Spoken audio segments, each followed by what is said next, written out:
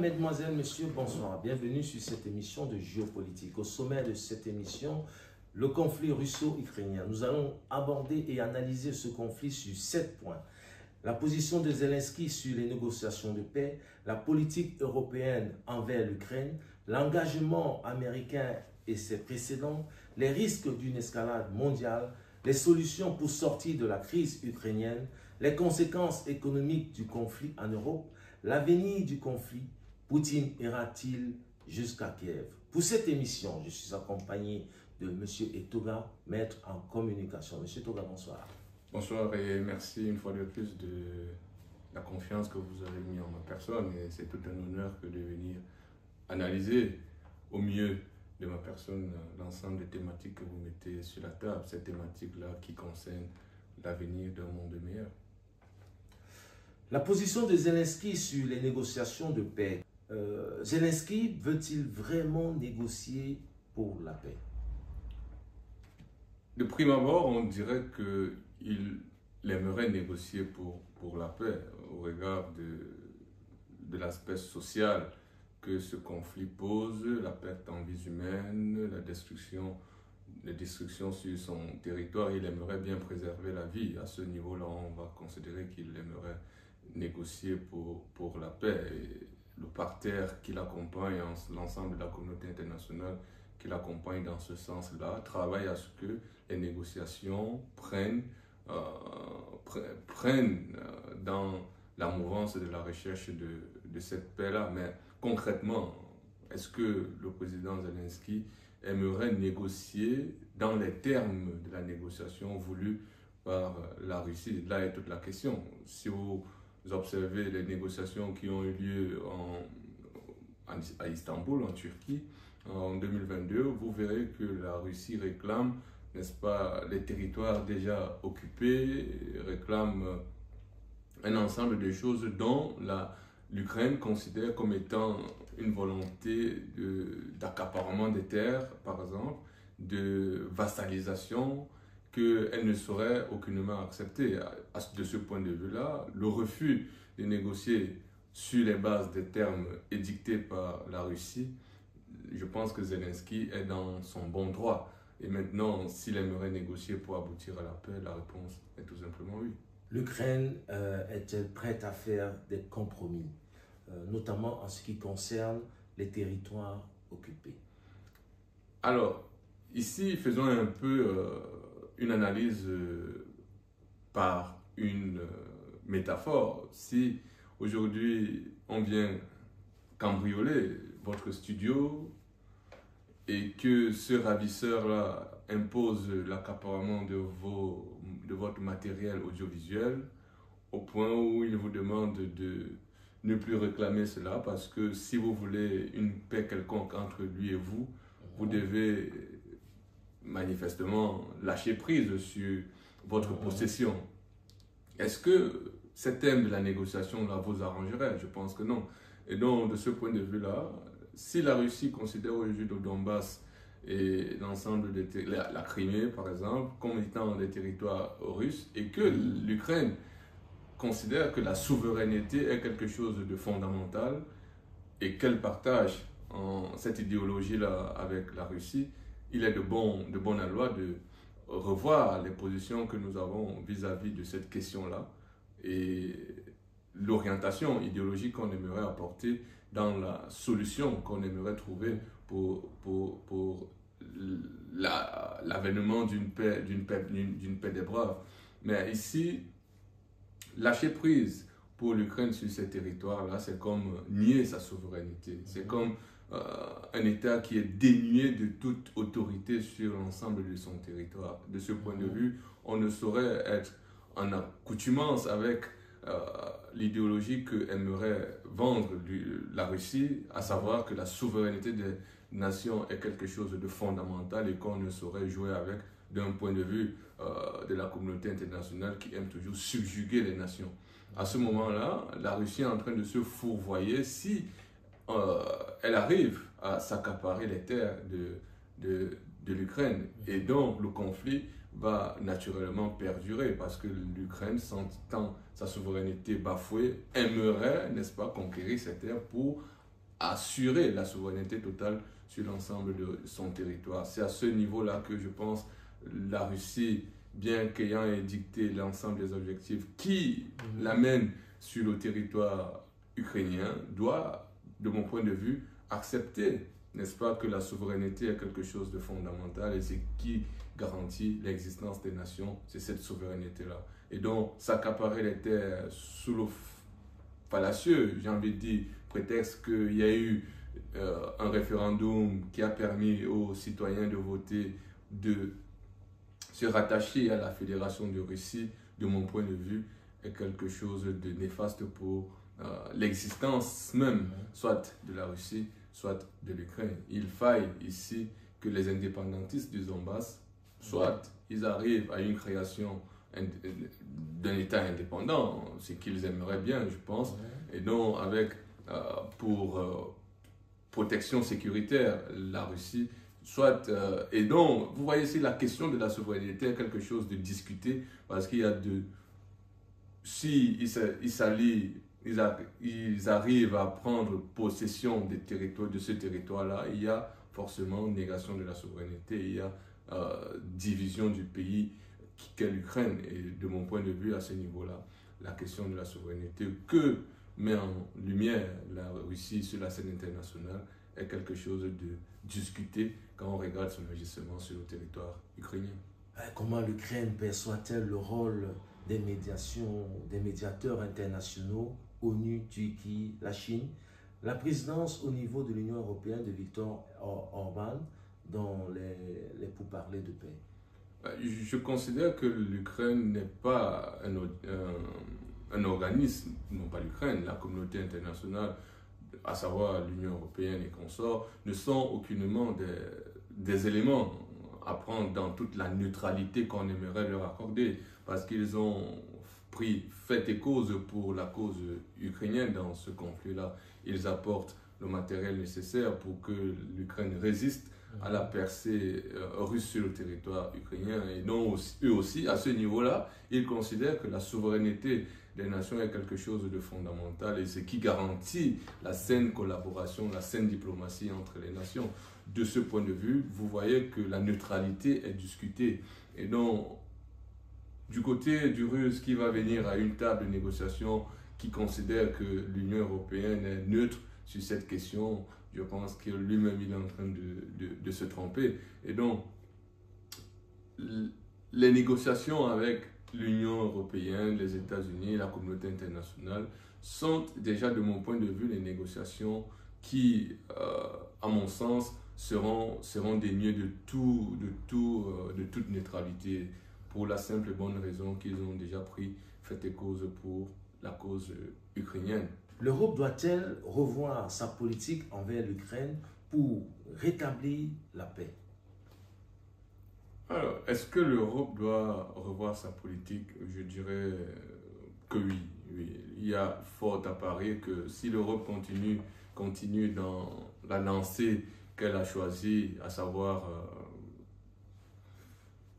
magnifier son appartenance à l'idéologie qui se rattache, n'est-ce pas, à ce qu'aimerait avoir l'OTAN, aimerait voir l'OTAN sur la scène européenne, il y a fort à parier que cette Europe-là sera fragilisée dans un proche avenir.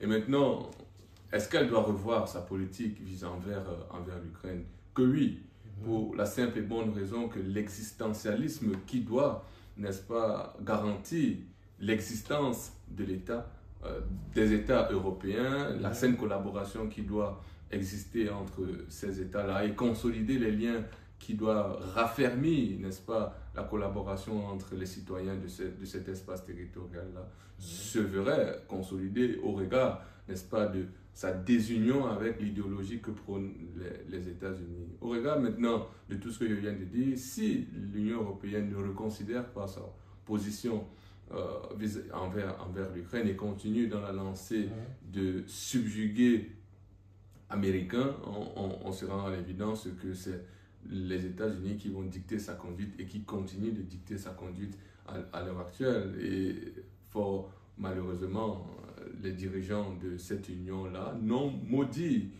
parce qu'ils sont embrigadés dans des structures comme l'OTAN. Ils sont embrigadés dans des structures qui empêchent, n'est-ce pas, la souveraineté de cet espace-là, qui permettrait à eux de définir une orientation idéologique, politique, diplomatique, qui permettrait, de mon point de vue, à arriver à quelque chose de fondamental pour l'existence même pérenne de l'Occident et garantit, n'est-ce pas, son hégémonie, puisque c'est un territoire qui adore l'hégémonie. Mais au regard de cette position qu'ils ont naturellement prise sur le conflit russo-ukrainien, on se rend à l'évidence qu'ils n'ont aucune indépendance sur cette question-là. Ils sont à la ramasse. Quand on prend, par exemple, la question de l'aide à accorder à l'Ukraine, vous voyez qu'ils sont dans la continuité de ce qu'aimeraient avoir, ou bien de ce que aimeraient voir les États-Unis en termes d'aide. Parce que si les États-Unis considèrent aujourd'hui qu'il faut donner des missiles longue portée qui permettraient de bombarder le territoire ukrainien, le territoire russe, les Européens vont forcément aller dans ce sens-là, au regard tout simplement de ce qui est fait aujourd'hui. Une simple observation permettrait d'avoir une telle analyse.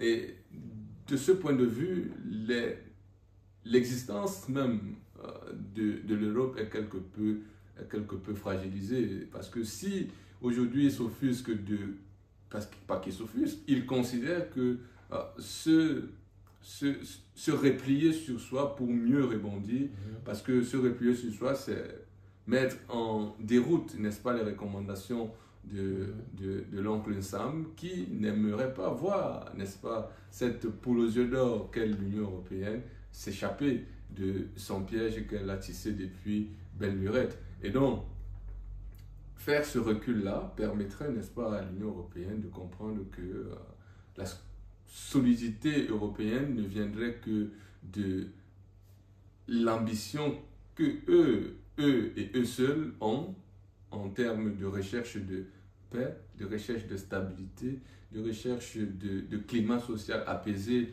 au sein de cette union-là, pour que l'économie qui aujourd'hui est inflationniste retrouve une stabilité qui permettrait, n'est-ce pas, le développement et la satisfaction de l'ensemble des populations qui vivent dans cette union-là. Et donc la relation envers l'Ukraine doit, de mon point de vue, être revue pour être recalibrée dans le sens de la recherche de la paix avec son vis-à-vis qu'est la Russie.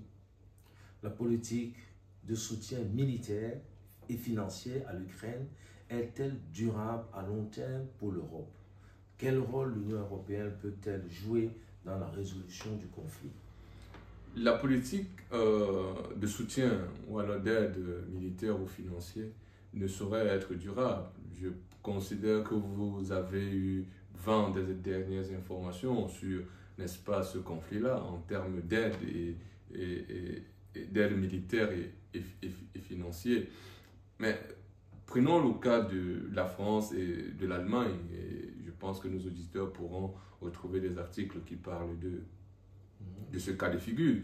Dans la mesure où la France aujourd'hui est en train, le journal Le Monde qui titre Ukraine, la France recalibre son soutien militaire envers la Russie, envers l'Ukraine, pour la simple et bonne raison qu'il y a une réflexion qui pousse à penser que l'État français est aujourd'hui en difficulté, est en situation de déficit. Et il faille ici retrouver les moyens pour, n'est-ce pas, permettre à ce que la population française ne se retrouve pas dans la rue. Au départ, on parlait de 3 milliards d'euros qui devraient être donnés octroyé, pas donné, qui devait être octroyé à l'Ukraine. Aujourd'hui, on en est à 2,1 milliards qui est sensiblement octroyé en termes d'aide au niveau de l'Ukraine, au-delà du fait que la France octroie du matériel militaire, de la formation, qu'ils s'en vantent d'ailleurs, comme ils ont l'habitude de s'en vanter sur l'ensemble des territoires en difficulté, parce qu'ils sont pourvoyeurs de formation militaire pour, n'est-ce pas, les armées qui sont en conflit.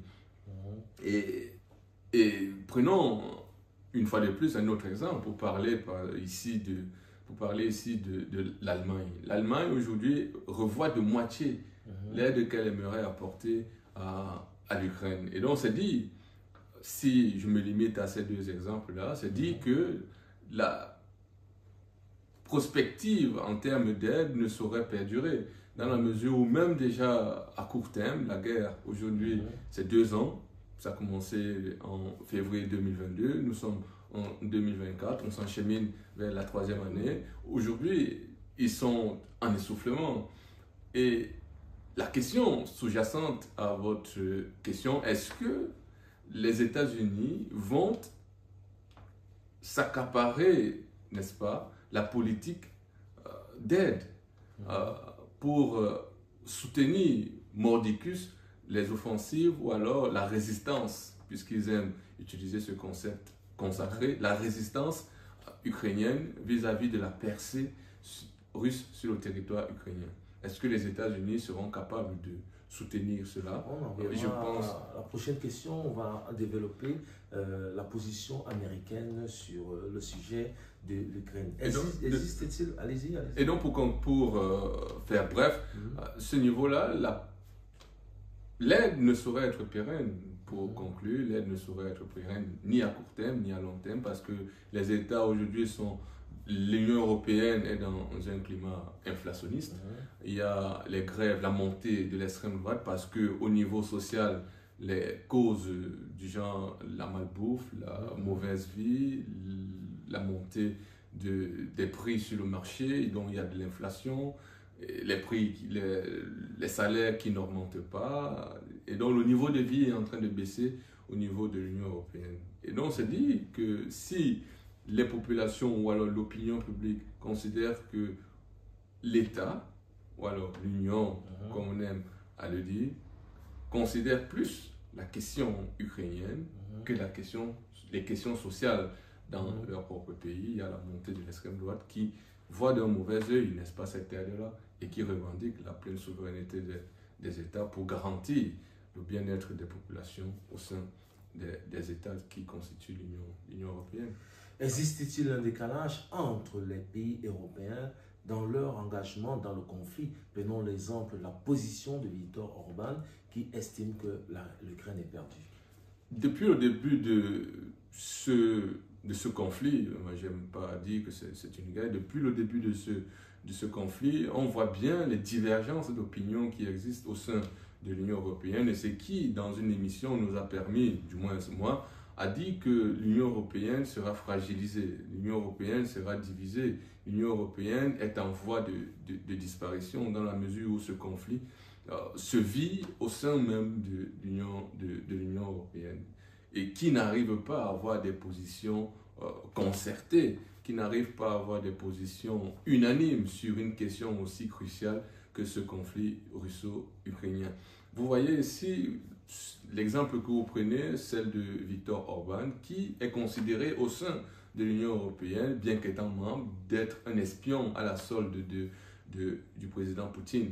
Et vous voyez que si aujourd'hui on considère la Hongrie comme étant un pays réfractaire à l'unionisme qui doit exister dans cet espace européen-là, on considère que cette union n'est que fragile, est en voie de disparition. Et qui dit disparition, on voit cet espace consolidé par les États-Unis dans les années antérieures disparaître, parce que les objectifs ne sont aucunement communs.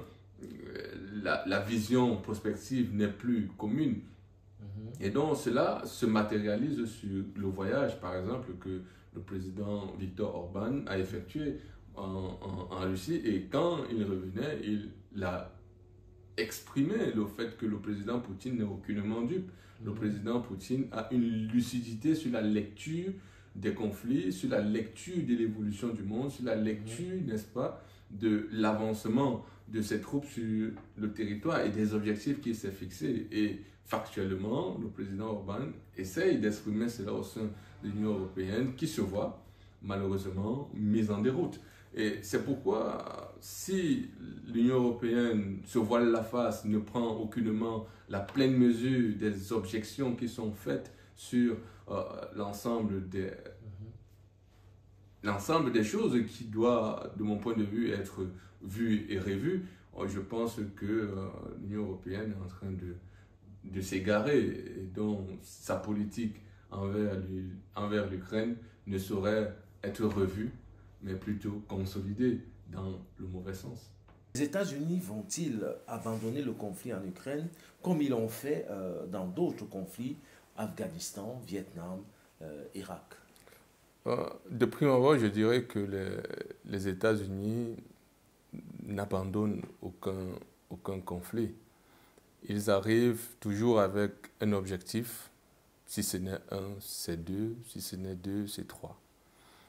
Pour le cas de l'Afghanistan, je dois rappeler ici un chiffre qui doit logiquement faire peur dans le dos, celui de 1000 milliards de dollars que les États-Unis ont mobilisé pour, soi-disant, accompagner ce pays vers l'installation de la démocratie. Ce pourvoyeur de démocratie, à mon sens, vient par l'autre chemin, j'ai envie de dire, de la guerre, des conflits, de la lutte armée, de l'avènement des structures, des organisations qui mettent en mal l'existence de l'État, qui fragilisent la souveraineté des États. On parle ici de l'accompagnement que les États-Unis ont eu à un certain moment vis-à-vis des talibans, qu'ils semblent lutter aujourd'hui. Et donc, vous voyez que les États-Unis ont mobilisé de colossales sommes d'argent pour arriver à instaurer quelque chose de bon, selon eux, sur le territoire afghan. Est-ce la même chose sur le territoire ukrainien? On en reviendra. Prenons le cas du Vietnam. Est-ce que les États-Unis sont partis? Non, ils ont été chassés. Ils ont perdu la guerre là-bas. C'est le secrétaire d'État américain qui parlait encore de Saigon sur la chaîne CNN quand il affirmait que on ne connaîtra plus de Saigon sur le territoire ukrainien. Comme pour dire qu'ils sont préparés à aller jusqu'au bout. Ils sont préparés à soutenir, n'est-ce pas, les populations ukrainiennes, le gouvernement ukrainien, à vaincre Mordicus, à vaincre jusqu'au bout, à vaincre, n'est-ce pas, l'oppresseur russe. Est-ce à dire qu'ils ne vont pas mobiliser plus de 1000 milliards de dollars pour arriver à cette fin? Une de nos émissions, on parlait de l'interférence, n'est-ce pas, des intérêts américains sur le territoire ukrainien. On parlait de Hunter Biden que nous avons eu l'amabilité de convoquer ici quand on parlait de l'ingérence américaine dans l'émergence du conflit qui se vit aujourd'hui sur le territoire américain, sur le territoire ukrainien. Vous voyez la révolution du Maïdan et tout son corollaire, son pendant dans la dernière émission, le sommet d'ailleurs, que j'écoutais, le sommet des BRICS, que j'écoutais, la conférence, que le président Poutine a donnée à la veille du conseil du sommet des BRICS. Il rappelait le début de ce conflit-là, partant de la révolution que les États-Unis ont soutenue avec, n'est-ce pas, ces diplomates qui étaient sur le territoire, le renversement de Yanukovych. Et partant de là, est-ce que les États-Unis ont les mêmes intérêts ont eu les mêmes intérêts sur le territoire afghan, sur le Vietnam, et j'en passe. Que non. Aujourd'hui, les États-Unis ont considéré qu'ils vont revoir leur interventionnisme étatique militairement. Ils n'envoient plus les soldats américains se faire tuer. Ils considèrent que vous avez besoin de formation. C'est la politique française qu'ils essayent d'adopter. Vous avez besoin de formation, d'accompagnement en termes d'idéologie de guerre, de stratégie, de géostratégie, de géopolitique, d'analyse de terrain. Et donc, à ce moment-là, ils vous accordent des aides, du matériel militaire, mais c'est vous et vous-même qui faites la guerre. Eux, ils agissent dans la guerre par procuration, c'est-à-dire c'est des structures américaines privées qui sont mises à disposition des États pour accompagner, n'est-ce pas, la lutte contre les oppresseurs. On va parler ici de Blackwater, les structures comme les Blackwater qui sont des structures privées qui font, n'est-ce pas, de la guerre quelque chose, leur core business. Et à ce moment-là, est-ce que les États-Unis, pour répondre maintenant à la question, est-ce que les États-Unis sont prêts à mobiliser plus de 1000 milliards de dollars pour accompagner les États-Unis, l'Ukraine? La réponse se trouve dans l'idéologie ou alors la politique interventionniste, la politique étrangère des Américains, que si aujourd'hui ils se retirent, comme cela s'est fait au Vietnam, parce que le retrait n'est pas le même, ils ont été battus au Vietnam. S'ils se retirent comme cela a été en Afghanistan, est-ce que les États-Unis gardent la primauté de la suprématie militaire sur la scène internationale? C'est des éléments qu'il faut prendre en compte pour, n'est-ce pas, voir à quel point les États-Unis sont prêts à aller jusqu'au bout dans ce conflit qui rappelle la guerre froide qui, selon certains historiens, les États-Unis ont gagné. Or, si aujourd'hui la conscience collective russe arrive à comprendre que les États-Unis ont peur de la Russie parce qu'ils ont perdu, n'est-ce pas, cette confrontation qui se vit aux portes de la Russie, à ce moment-là, le mythe américain, ce rêve américain qu'on nous vend, s'estompe, se dilate, se perd. Et on se rend à l'évidence que les États-Unis ne sont qu'un géant au pied d'argile, pour faire ici un corollaire avec la définition qu'on nous donnait quand j'étais en classe de 5e, 6e, parlant de la Chine. Et donc, cette aide, cette politique d'aide que les États-Unis doivent accorder à la Chine, de mon point de vue, elle n'est pas identique à celle des États-Unis, de l'Union européenne.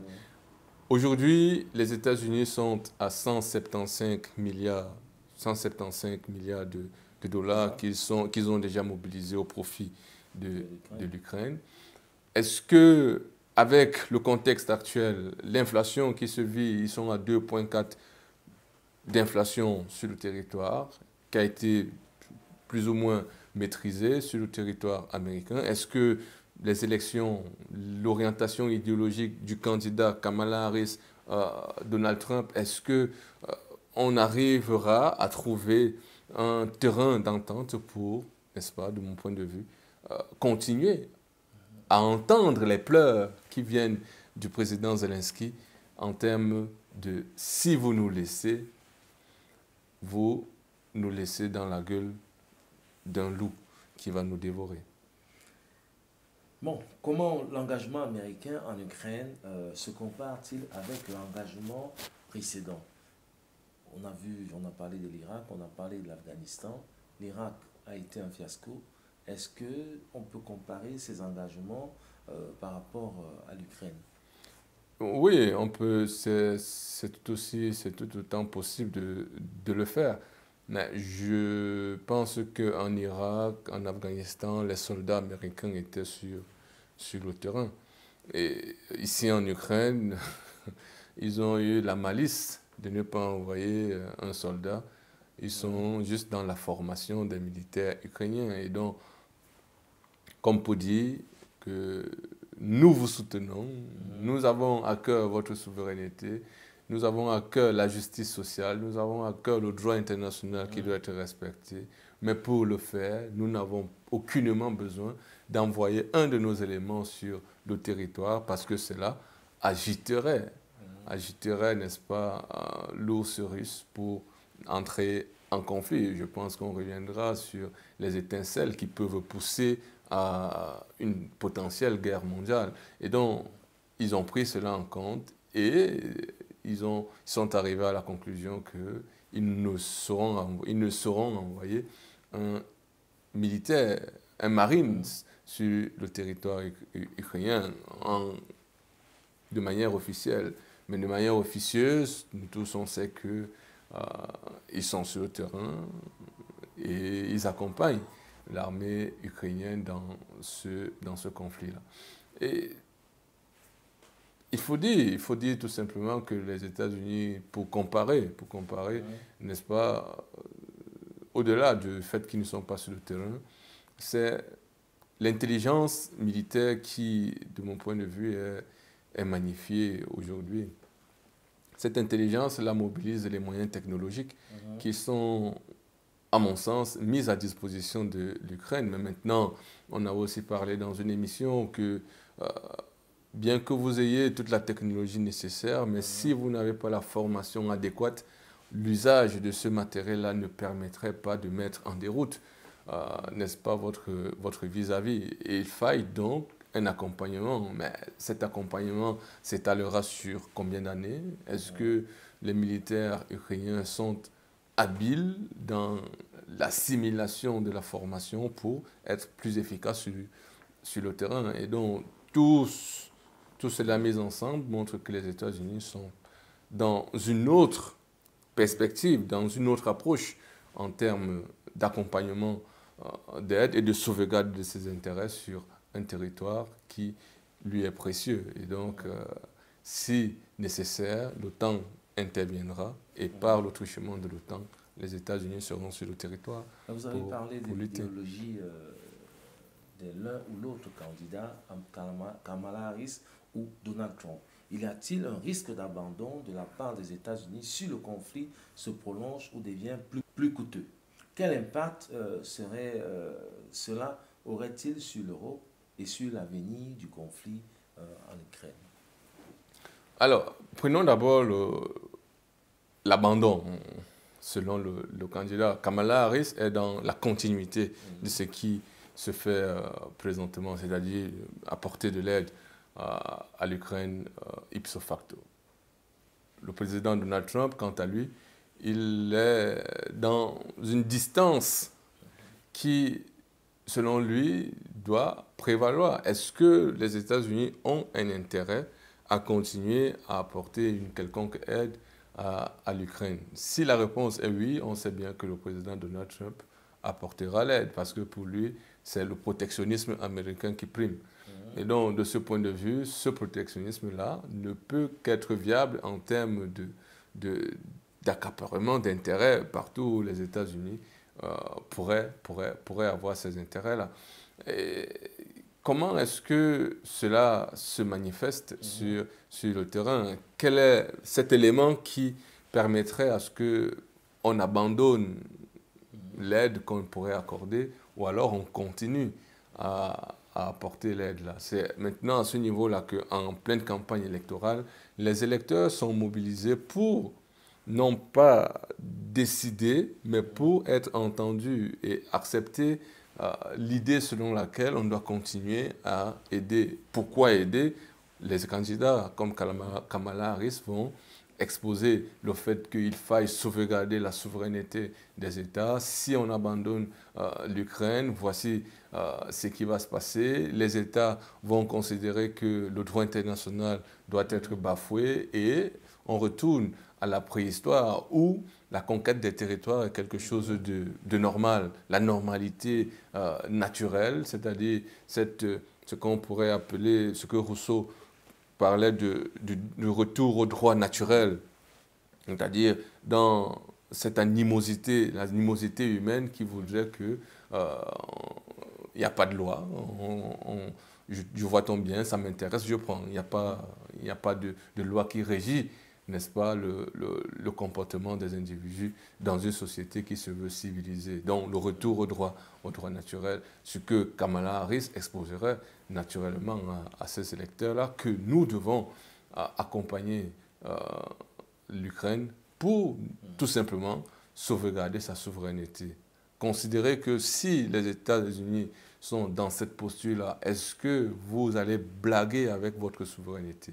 Et donc, c'est ce discours que pourrait tenir Kamala Harris. Quant à Donald Trump, par exemple, lui, avec son protectionnisme, il évaluera, n'est-ce pas, les intérêts des Américains, s'ils sont minimes, au regard du fait que lui, déjà, il considère que sur le territoire ukrainien, les Américains ne gagnent pas grand-chose. C'est les individus américains qui y gagnent parce qu'ils y font du business. Ce n'est pas l'État qui gagne quelque chose. Vous avez les Hunter Biden, et les dossiers sont sur la place publique. Et donc, à ce niveau-là, l'opinion publique décidera si, comme cela a été le cas à la guerre du Vietnam, est-ce que Nixon, pour convaincre, avait convoqué les 4 minutes du peuple avec ses stratèges en communication. Et donc, vous voyez ici que l'opinion sera mobilisée pour décider en dernier ressort si les États-Unis doivent continuer à aider l'Ukraine. C'est là sur la base de quoi? De sa vie sociale qui est menacée parce qu'on mobilise les moyens pour envoyer à un autre. Et donc, les impôts, l'inflation que lui, il vit, n'est aucunement maîtrisé par le gouvernement américain, il se verra dans la rue. Et s'il est dans la rue, c'est la révolte. Et les dirigeants américains ne voudraient pas avoir une révolte du fait de ce qu'ils aideraient un quelconque État à sauvegarder sa souveraineté, sa justice sociale, parce que lui-même à l'intérieur, il a, à mon sens, des difficultés à garantir la pleine satisfaction de ses propres citoyens. Et donc, c'est l'opinion publique qui, à mon sens, tranchera ce débat si les États-Unis doivent continuer à aider ou pas l'Ukraine dans ce conflit qui l'oppose à la Russie. Et est-ce que l'Union européenne, cet impact que ça pourrait avoir, est-ce que l'Union européenne pourrait poursuivre le conflit sans les États-Unis, sans les... Alors, vous parlez ici de la quelconque indépendance que pourrait avoir l'Union européenne au regard de la posture hégémonique des États-Unis qui l'ont mis sous sa coupole. Mais la réponse est toute évidente qu'à l'heure actuelle, non, l'Union européenne ne pourrait aucunement continuer. Parce que nous avons développé à la précédente question le fait que les deux pays qui portent en lumière ces institutions-là sont en difficulté. Et donc, comment est-ce qu'ils n'arrivent pas les deux réunis à mobiliser 175 milliards de dollars pour apporter une quelconque aide? Imaginez les États-Unis se retirer.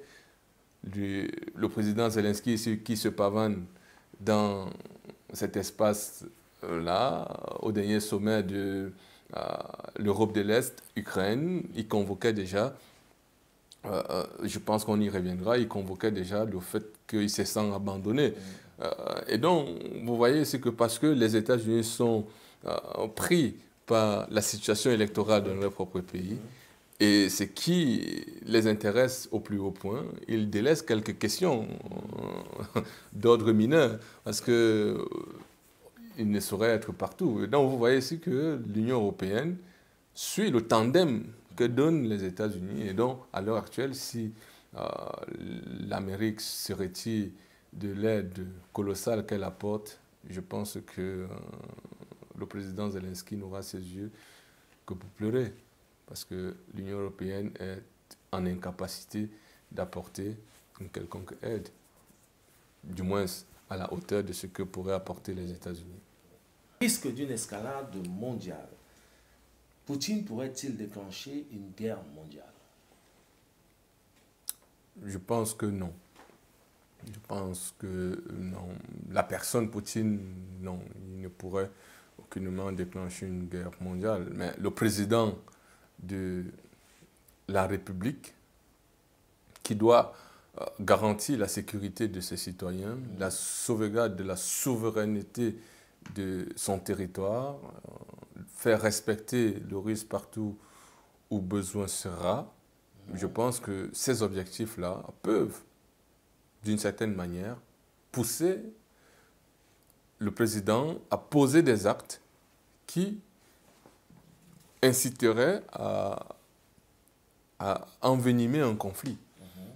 Dans la mesure où on voit la réaction qu'il a eue quand la Rada a considéré que la langue russe n'est plus la bienvenue sur le territoire ukrainien. Et donc, ça a valu l'intervention de l'État dans le sens où ils ont envoyé des troupes sur le territoire ukrainien pour sauvegarder, n'est-ce pas, cette affinité russe qui se trouve sur le territoire ukrainien. Et patatras, on est tombé dans l'accaparement, la conquête territoriale, et ce qui est condamnable d'ailleurs. Et donc, vous voyez ici que c'est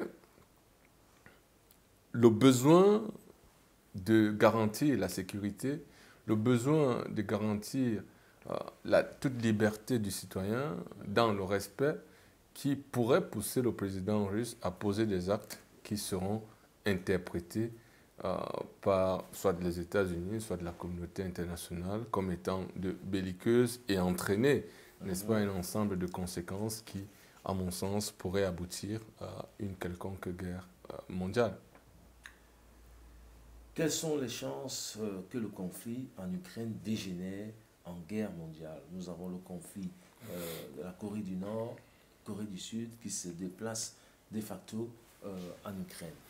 Alors, les chances sont déjà sur la table. Les chances sont là que le conflit peut dégénérer à tout moment. Les éléments langagiers sont déjà mobilisés pour qu'on arrive à cette escalade-là. Moi, simple expert en communication, vous avez souvenance de ces propos tenus pas plus tard qu'une semaine, je pense, du président Zelensky qui convoquait le fait que en 1994 ou 1994, à la dislocation de l'URSS, il y a eu cette volonté de s'affranchir, n'est-ce pas, du développement des armes nucléaires. Et donc la Russie, l'Ukraine et l'ensemble des pays qui étaient constitutifs de cet État-là ont volontairement lâché prise sur le développement des armes nucléaires. Rendez-vous compte qu'aujourd'hui, le président Zelensky convoque, n'est-ce pas, cette erreur stratégique que l'Ukraine a eue dans le sens où ils auraient dû continuer à développer l'arme nucléaire pour mieux se protéger. La question aujourd'hui est la protection, qui garantit la protection de l'Ukraine. Et donc, cette question est mise sur la table et convoque, n'est-ce pas, l'abandon que les partenaires ukrainiens essayent de mettre essayent de lâcher l'Ukraine dans la bouche de l'ours russe parce qu'il ne se sent plus protégé. Et donc, vous voyez que l'Ukraine revendique, n'est-ce pas, le besoin de développer une arme nucléaire pour mieux se protéger parce qu'elle ne veut plus dépendre d'une quelconque protection, soit des États-Unis, soit de l'Union européenne. Et peut retourner son arme contre l'Union européenne plus tard. Plus tard, si elle considère que l'Union européenne devient une menace. Et au-delà de ça, vous avez eu la réaction de Maria Zarapova qui considère que si l'Ukraine entre dans l'OTAN, il n'y aura jamais de paix. Il n'y aura jamais de paix. Le président, pour enchérir, parlant de la bombe nucléaire, qui considère que ça sera la provocation ultime. Et donc, vous voyez ici que dans l'escalade communicationnelle, nous sommes en plein dans la guerre mondiale. Nous sommes en plein dans la guerre mondiale, dans l'escalade communicationnelle. Et donc, la matérialité de cette escalade-là, en termes de de praticité de la guerre sur le terrain n'est que minime, n'est que minime. Et donc, il faut, de mon point de vue, mobiliser, n'est-ce pas, encore des éléments pour en arriver. Mais d'un point de vue communicationnel, nous sommes dans Est-ce que ces une guerre éléments mondiale. ne sont pas en train d'être mis en place avec le conflit Corée du Nord, Corée du Sud, qui se déplace en territoire neutre, donc en Ukraine? Alors, le président ukrainien a considéré que c'était un canular. Non, pas le président ukrainien, mais les officiels russes ont considéré que c'était des canulars, c'est une guerre de désinformation que l'Ukraine a voulu mettre en avant pour dire que les soldats de la Corée du Nord sont déjà sur son territoire pour accompagner la Russie dans sa sale besogne, comme elle considère. Et donc, c'est une guerre de désinformation qui est de bonne guerre en plein conflit. On appelle ça la communication de propagandiste. Et donc, c'est de bonne guerre qu'il communique ainsi. Mais qu'est-ce que ça apporte? Apporte en termes de fragilisation de l'adversaire, en termes de besoin de convaincre l'opinion publique de l'autre camp quant à ce que ces agissements sur mon territoire ne sont aucunement dans le sens de consolider les meilleures relations qui pourraient exister entre nos deux nations. Et donc, convoquer cet élément-là, c'était une erreur de communication que, à mon sens,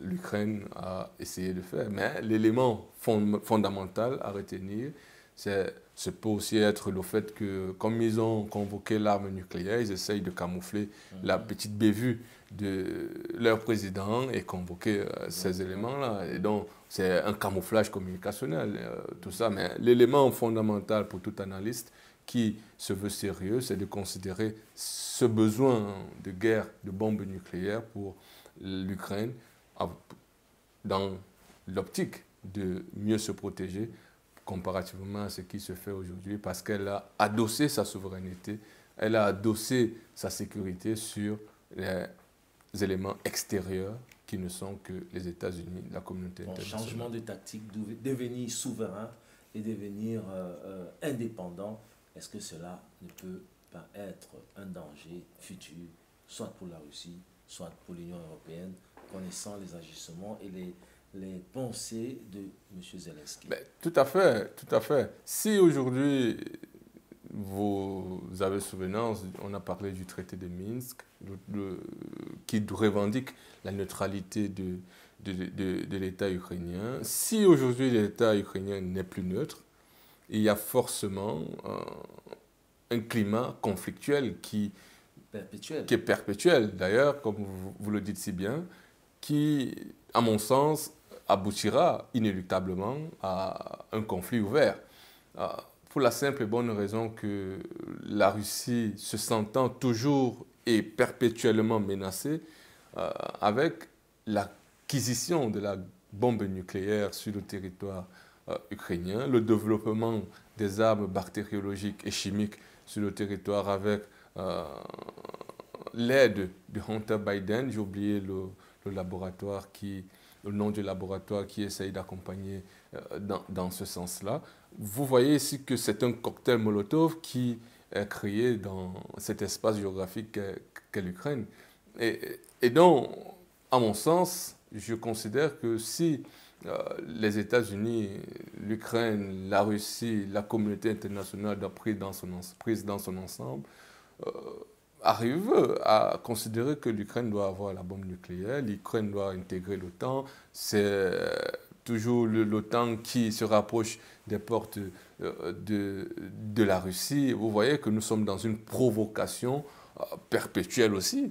Et pour mettre fin à ça, on arrivera naturellement à un conflit israélo-palestinien qui, à mon sens, perdurera sur l'espace géographique américain. Mais au profit de qui? La question est posée. La question trouve réponse dans les agissements des uns et des autres. Quand on regarde, n'est-ce pas, le besoin le besoin des États-Unis s'ingérer dans les affaires des autres pays, on voit bien que c'est un élément fondamental pour leur politique étrangère. Et l'Ukraine dans l'OTAN, l'Ukraine possesseur d'armes nucléaires, ce qui n'est pas un rêve.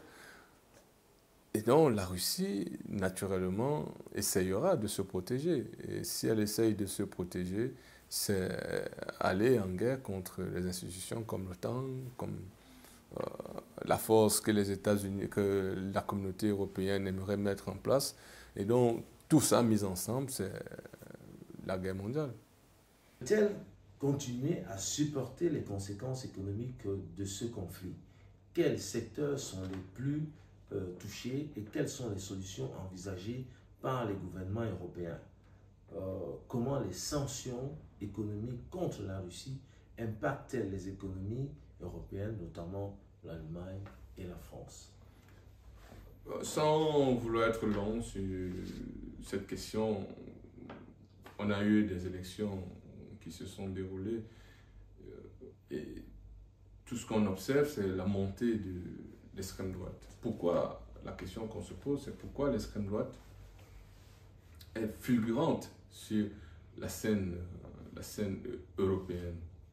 Pour la simple et bonne raison que le discours qu'ils tiennent, j'ai envie de dire, trouve un assentiment au niveau des populations qui croient à ce discours-là parce qu'ils observent, n'est-ce pas, l'égarement des partis politiques qui avaient pignon sur rue il n'y a pas longtemps.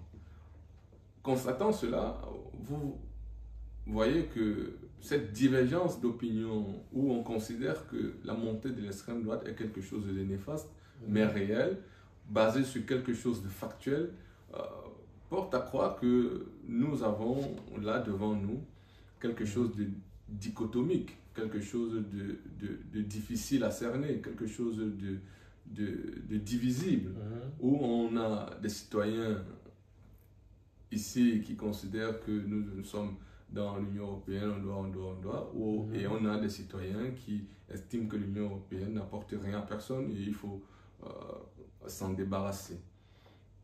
Ayant dit cela, l'élément qui me vient à l'idée, qui englobe, n'est-ce pas, qui donne réponse à toutes vos préoccupations concernant cette question-là, c'est tout simplement le besoin de ces États-là avoir la vie sociale s'améliorer, le besoin de savoir qu'ils ne sont plus envahis, le besoin du contrôle de l'immigration, le besoin de l'augmentation du salaire des travailleurs, de l'ouvrier, les conditions de vie du travailleur.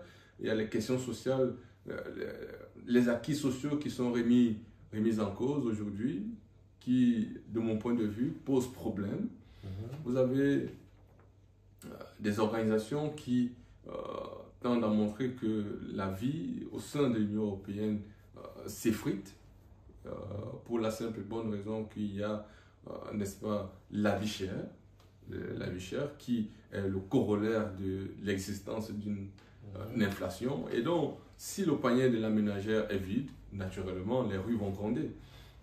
Pour lutter maintenant contre les rues qui doivent gronder, l'Union européenne met en place des politiques d'aide qui n'aident pas véritablement les citoyens, mais aident plutôt les dirigeants qui sont, à mon sens, des corrompus. Et à ce niveau-là, on voit bien que il faille naturellement que les dirigeants travaillent à ce que la population trouve une satisfaction dans les différentes politiques qui sont menées. Si cela n'est pas fait, je pense qu'il y aura une révolution qui pointe à l'horizon. L'avenir du conflit, Poutine ira-t-il jusqu'à Kiev? La Russie est-elle militairement et économiquement en mesure d'envahir toute l'Ukraine, y compris Kiev? Je vais penser à rebours poil à votre question pour essayer de dire que est-ce que nous devons laisser la Russie envisager envahir Kiev. Si on se pose la question ainsi, on voit bien que le développement fait précédemment, où je parlais de reconnaissance des torts, est quelque chose de fondamental. Parce que si on continue dans la logique qui voudrait que l'on pense que parce qu'il y a des nazis en Ukraine, il y a donc forcément négation de sa souveraineté, cela est dans le sens de la perpétuation de ce conflit-là, de la perpétuation de ce climat belliqueux, de ce climat où on ne voit plus l'avènement d'une paix certaine. Et donc, non, le président Poutine ne doit aucunement envisager envahir Kiev, bien que les analystes occidentaux et américains, j'ai envie de dire, considèrent que la logique, le point d'aboutissement du président Poutine dans sa stratégie, ils appellent cela stratégie d'occupation, ou alors guerre d'attrition, pour parler de guerre d'usure, c'est l'envahissement de Kiev. Que non, le président Poutine peut aussi être simplement dans une logique d'éducation historique. C'est inquiétant parce qu'il a déjà pris 4 oblasts. Je suis tout à fait conscient de cela, et si cela est fait, le président Poutine peut tout simplement brandir le fait qu'il y a eu un référendum. Et un référendum qui vraisemblablement n'est pas considéré au niveau international, mais si le président Poutine s'est aventuré dans sa lancée, c'est parce qu'il considère que le droit international ou le droit développé par la communauté internationale n'est pas applicable à lui. Et de ce point de vue, vous avez son récent discours sur la Cour pénale internationale, qui n'est considérée, selon lui, nulle part ailleurs que pour les pays qui sont dits faibles. Et donc, lui, ne reconnaissant pas cela, il peut s'aventurer où il veut. Mais c'est aux États qui se veulent sérieux, aux États qui, à mon sens, ont encore la dignité humaine comme étant un élément majeur pour l'existence de l'homme sur Terre. Ils doivent arriver à dire au président Poutine l'envahissement de Kiev met fin à l'existence de l'homme sur la Terre. Parce qu'on aura la conquête des bombes nucléaires. On aura, comme c'est déjà le cas avec le président Poutine et le président Zelensky, qui rappelle l'urgence de développer la bombe nucléaire. Et le président Poutine l'a rappelé à cette conférence-là, que développer la bombe nucléaire, c'est pas quelque chose de difficile. C'est quelque chose de facile. Et donc, vous voyez ici que si on arrive à ça, à penser que lui-même, il arrive à penser qu'il doit envahir Kiev, mais Kiev doit aussi se protéger. Et si Kiev se protège, tous les moyens sont bons. Faisons un parallèle. Est-ce que la situation qui prévaut aujourd'hui en Israël, où Israël dévaste carrément une partie du Liban pour chasser le Hamas, est-ce que Poutine ne pourrait pas poursuivre ses objectifs, dont l'éradication du nazisme jusqu'au Kiev?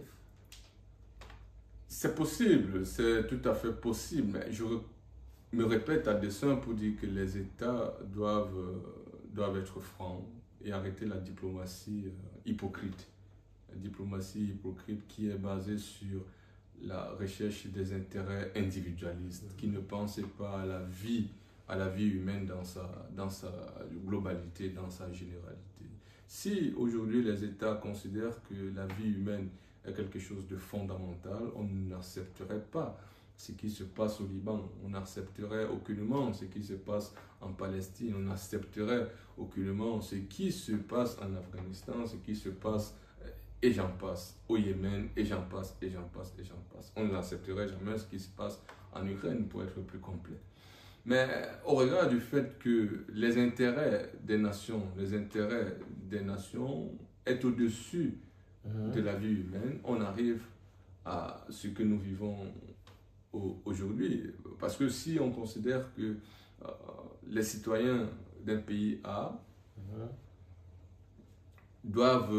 ne sont pas en égalité en termes d'humanité avec les citoyens d'un pays B, forcément, on a cette logique selon laquelle on peut bombarder. On a cette logique selon laquelle on peut les tuer. On a forcément la logique selon laquelle on peut les mater, on peut les subjuguer, on peut les apprivoiser, j'ai envie de dire, comme la logique pensante des États-Unis qui, eux, n'essayent pas de vous bombarder, mais tout en niant votre humanité, ils vous apprivoisent. Ouais. Et quand on apprivoise, on vous dompte. Est-ce que vous êtes encore considéré comme étant un humain? On apprivoise des animaux. Et donc, vous voyez ici que la considération qu'on apporte à une population permet, à mon sens, de définir le rapport avec lequel on va s'approcher d'elle. On bombarde les animaux, on essaye de tuer l'animal. Donc, si le président Poutine considère qu'en Ukraine, il y a des néo-nazis, vous avez la dénomination en communication quelque chose de fondamental. Si on essaye aujourd'hui de dire que les néo-nazis, c'est pour simplement dire que par un schéma mémoriel, on va se rappeler que nazi, c'est quelque chose de fondamentalement méchant et qu'il faut détruire. Et donc, forcément, j'aime bien le mot que vous venez d'utiliser, éradiquer, qu'il faut forcément éradiquer. Et forcément, on doit les éradiquer comment? En bombardant.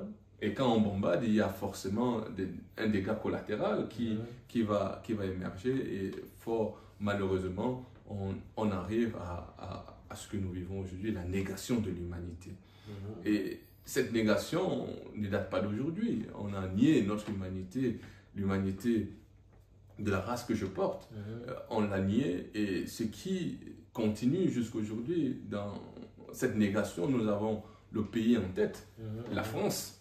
La France qui, à mon sens, continue cette négation avec l'existence du franc CFA. Et donc, si aujourd'hui, la race à laquelle j'appartiens s'élève aujourd'hui et s'offusque selon le principe qu'il faut ma totale liberté, c'est-à-dire je sors de cet apprivoisement que vous m'avez confiné et j'acquiers cette liberté qui est fondamentale à mon émancipation, à mon évasion totale. Et donc, vous voyez ici que si je sors de là, la France perd quelque chose de fondamental qui l'aide à continuer son hégémonie et sa place dans le Conseil des Nations. Et donc, vous voyez que pour revenir, c'était un parallèle qui valait son pesant d'or. Et donc, pour revenir à la question et répondre logiquement, c'est parce que la nature humaine est perdue.